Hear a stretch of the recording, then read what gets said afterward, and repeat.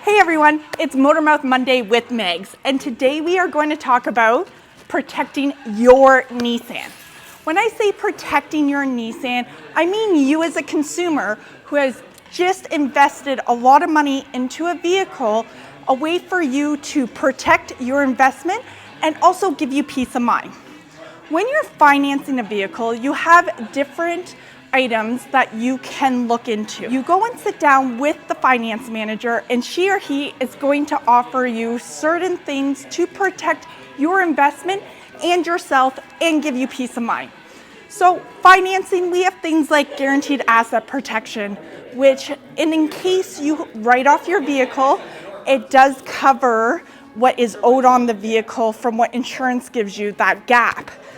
There are things like added security plans, warranty, that we can tailor to your driving needs.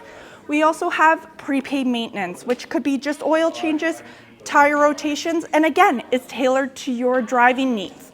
When you're looking at leasing, Nissan does offer lease end protection.